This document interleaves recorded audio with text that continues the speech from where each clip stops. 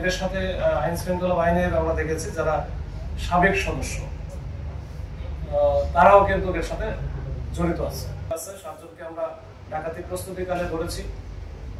এর সাথে অন্যান্য আরো বেশ কিছু ছিল, তাদেরকে আমরা কিছু পালাই গেছে কৌশলে, আর আরো যারা আছে এরাও আমাদের সার্ভেলেন্সে আছে। আমরা এরা যে বিভিন্ন সময়ে বিভিন্ন ভাবে, বিশেষ করে এদের হচ্ছে একজন আছে দিন ইসলাম ওরফে কাউসার আহমেদ, এর নামে মামলায় ডাকাতির মামলায় আছে প্রায় 10 থেকে 12টা, শুধুমাত্র ডাকাতি মামলা। এবং তার এখানে ডাকাতি করার জন্য মানে পুলিশ পরিচয় বা ডিবি আইন শৃঙ্খলা বাহিনীর সদস্য পরিচয়ে ডাকাতি করার জন্য যা যা লাগে, আমরা যেমন একটা ফুল প্যাকেজ, যখন আমরা একটা অপারেশনে যাই তখন আমাদের একটা গাড়ি থাকে, সিভিল গাড়ি মাইক্রো থাকে, সাথে দেখা গেলো যে হ্যান্ডকাপ থাকে,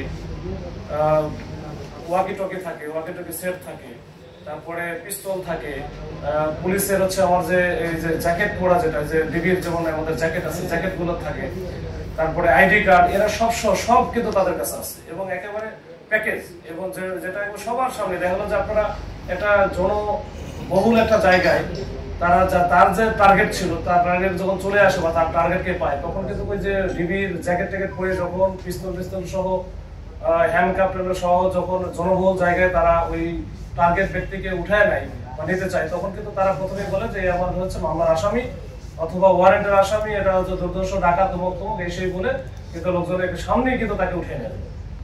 সাধারণ লোকজন মনে করে যেটা তো পুলিশের বা আইন শৃঙ্খলা বাহিনীর সদস্য বা র্যাবের পরিচয় দেয়। তো এই ক্ষেত্রে কিন্তু আসলে কেউ কিছু বলেও না, করারও কিছু নাই, তো সুন্দর করে নিয়ে যায়। এই নিয়ে যাওয়ার পরে তার কাছে যা থাকে এটা তো নাই।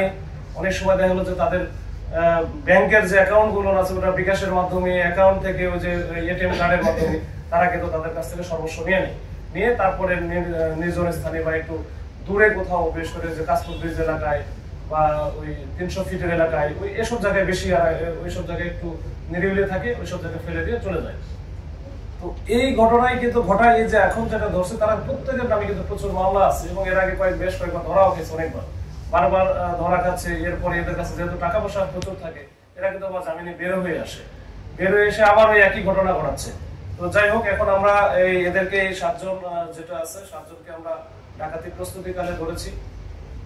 এর সাথে অন্যান্য আরো বেশ কিছু ছিল, তাদেরকে আমরা কিছু পালাই গেছে কৌশলে, আর আরো যারা আছে এরাও আমাদের সার্ভেলেন্সে আছে। আমরা আমাদের যে তথ্য প্রযুক্তি বা অন্যান্য যে কৌশল আছে, কৌশল প্রয়োগ করে তাদেরকে আমরা ধরবো, যেন এই ঢাকা শহরে আইন শৃঙ্খলা পরিস্থিতি ভালো থাকে। তখন এরা যদি বাইরে থাকে তাহলে এই প্রতিদিন কোনো না কোনো ঘটনা ঘটাবেই, এবং এরা ওইটার জন্যই মোটামুটি খুবই পটু যে কিভাবে কি করতে হয়। এবং এদের সাথে আইন শৃঙ্খলা বাহিনীর আমরা দেখেছি যারা সাবেক সদস্য তারাও কিন্তু এর সাথে জড়িত আছে।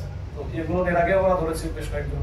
গতকালকে যখন আমরা ধরার আগে সেও কৌশলে পালায় যায়, তো আমাদের সার্ভেলেন্সে আছে, আমরা এটা ধরে ফেলবো ইনশাল্লাহ। এই হচ্ছে এটা মোটামুটি জানানোর জন্য যে মানুষ যেন যখনই এই যে আইন শৃঙ্খলা বাহিনীর পরিচয়ে কাউকে উঠে নিচ্ছে, তো সাধারণ জনগণ থেকে শুরু করে যে যাকে উঠে নিচ্ছে সবাই যেন একটু সচেতন থাকে যে আসলে এটা হচ্ছে অরিজিনাল ডিবি পুলিশ বা অরিজিনাল র্যাব এটা কিনা, এটা একটু আশেপাশে সবাই যদি একটু দেখে যে হ্যাঁ আপনারা যে আসছেন আপনারা কারা, তো এইটা একটু সচেতন হওয়া জরুরি। তাহলে আমরা আস্তে আস্তে আসলে অনেক ক্ষতির শিকার হবো বা আমরা ভিক্টিমাইজড হয়ে যাবো।